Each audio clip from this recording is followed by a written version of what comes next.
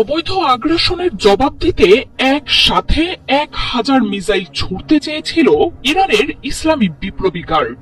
এমন ভয়ঙ্কর পরিকল্পনাই করা হয়েছিল ইসরায়েলকে শিক্ষা দিতে।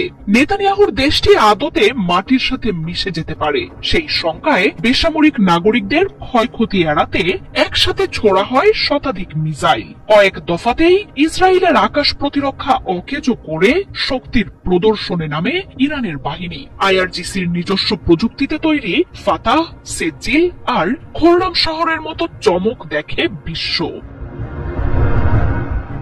ইসরায়েল এবং আমেরিকার বিরুদ্ধে ইরানের লড়াইয়ের মূল ভাগে ছিল ইরানের ইসলামী বিপ্লবী গার্ড আইআরজিসির অ্যারোস্পেস বাহিনী। ইসরায়েলের আকাশ প্রতিরক্ষাকে গুড়িয়ে একের পর এক মিসাইল হামলা চালায় তারা। ইরানের সার্বভৌমত্ব এবং ইসলামী বিপ্লবকে জীবন দিয়ে হলেও রক্ষার শপথ নেওয়া এই বাহিনীর মূল নেতৃত্বের উপর ইসরায়েল প্রথম আঘাত হানে। নিহত হন বাহিনীটির প্রধান জেনারেল হোসেন সালামি এবং অ্যারোস্পেস প্রধান আমির আলী হাজিজাদে। সেই শোক কাটিয়ে কয়েক ঘন্টার মধ্যেই নতুন নেতৃত্ব নিয়োগ দেন আয়াতুল্লাহ খামেনি। শোককে শক্তিতে পরিণত করে ইসরায়েলের উপর এরপরই সর্বশক্তি নিয়ে ঝাঁপিয়ে পড়ে আইআরজিসি।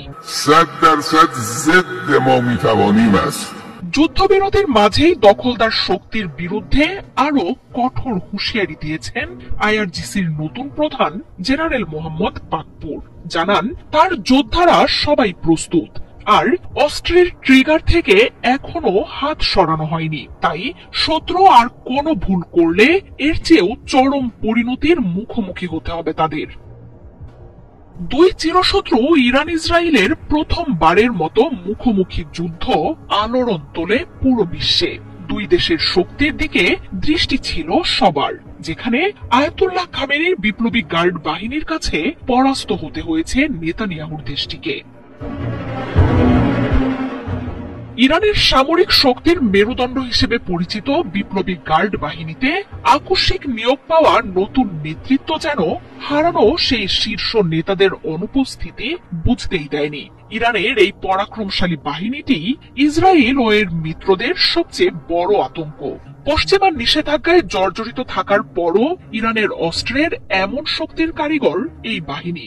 মিসাইল, ড্রোন, স্যাটেলাইট থেকে শুরু করে আইআরজিসির তত্ত্বাবধানে রয়েছে দেশটির পরমাণু শক্তিও।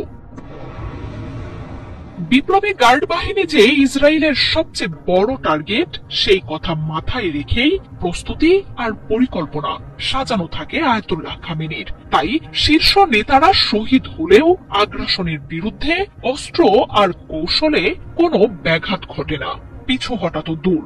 আইআরজিসির প্রধান মোহাম্মদ পাকপুরের বজ্রকঠিন নেতৃত্বে ইসরায়েলকে যেন চেপে ধরেছিল ইরান।